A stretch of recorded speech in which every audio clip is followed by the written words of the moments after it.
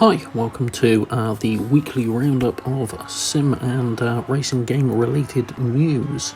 So we're going to start off with a couple of updates.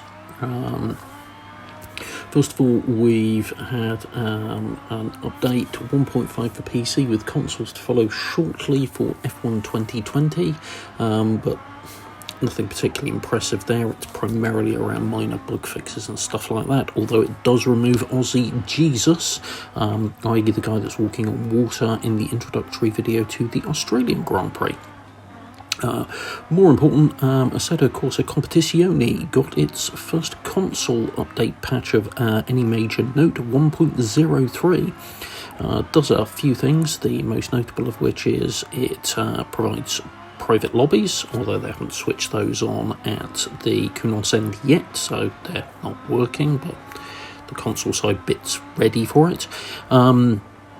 Brings some improvement to force feedback, particularly for Logitech wheel users, and also fixes the frame rate for pro versions of the consoles. Well, sort of.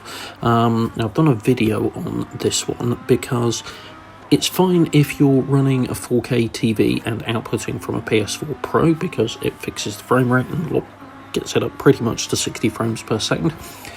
But if you don't have a 4K TV, which I don't, you need to do a little bit of buggering around to get it to work. You basically got to put the super sampling mode on, because if you don't, it stays at 30 frames per second.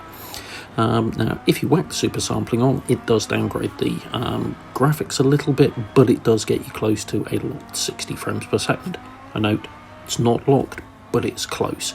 So I've done a separate video on that and would strongly recommend you take a look at that. Then come on to a few other things, a couple of bits of Project Cast 3 news. First of all, we had another dev blog, this time focusing on the vehicle upgrades, so something new for the series.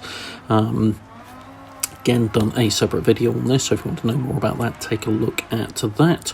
It's actually quite a positive dev blog, no horrendously frightening news on that to scare a certain cross-section of the potential audience for it. And the second is they've announced that one of the IndyCar liveries will be Robert Wickens' number 6 livery, as a tribute to him. Now, if you're not aware, Robert Wickens is the Canadian IndyCar driver who was seriously injured at Pocono in 2018. So it's a nice touch in there, that one. Dirt 5 have dropped a new gameplay video. This is Pathfinder events for the Rock Bouncer vehicle class. It's only a short one, but it's worth a look. I'll drop a link down in the comment section, as I will do with all of this stuff. And Ride 4 have dropped a gameplay trailer. Now, it is a very good trailer, but being perfectly honest, calling it a gameplay trailer is really stretching the limits of what you could call a trailer featuring gameplay, because I estimate that 90% of it isn't gameplay. But it's still worth a look. It's a nice trailer, but it's a little bit misleading. It definitely doesn't do what it says on the tin.